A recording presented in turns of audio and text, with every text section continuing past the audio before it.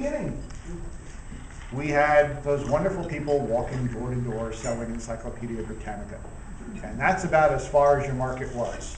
If it was 112 in the shade in Miami, you did about a block and a half, and then you went home. And that was the extent that you could reach your market. So it was really difficult for people that sell to get out there and do their jobs. Then newspapers and magazines were economical to print, and companies started to promote their business. And I thought we'd get a kick out of this one where the dentist says, I recommend Vice Rose. But the big thing was, if we could put something in a newspaper or a magazine, then it became easier to sell the product. And by putting it in newspaper and magazines, we reached out to more and more people. It was far easier, reduced our expenses. Then radio. And the family would gather around and listen to Uncle Milty on the radio, and they would say, wow, this is great. And sooner than later, advertisers showed up. And they said, we can put a voice and a story to our product. And then commercials were born. And essentially, when you look at social media, it's an advertising medium. Because what happened was television grew out of radio, and there was that little teeny 7-inch screen that was fuzzy and blurry, and it was black and white, and we were trying to watch your show of shows with Sid Caesar, and the family would be there, and every show had a sponsor.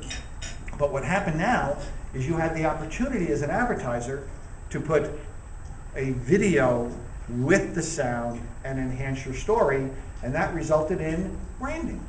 And branding is where all of a sudden we had the Michelin Man, we had Mr. Clean became a live human being selling you his product. Today we have the Energizer Bunny. They all go back to this evolution. So then what happened after that? They said, we need to get back to talking to people one-on-one. And technology grew to a certain point that you were able to do what today is now known as predictive dialing.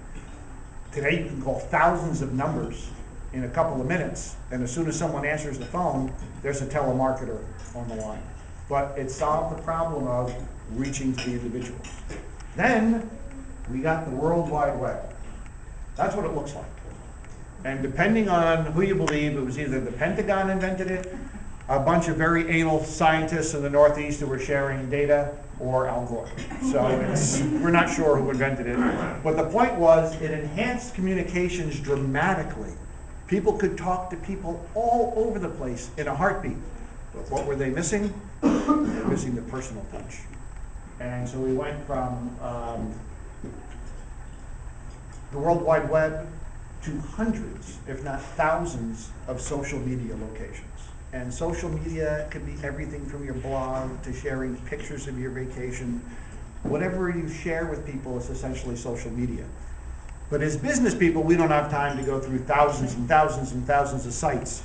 So our recommendation to people is, we want you to concentrate on these four: Facebook, Twitter, LinkedIn, and YouTube. And what we're going to do is quickly tell you why we feel your company and you as an individual should be there.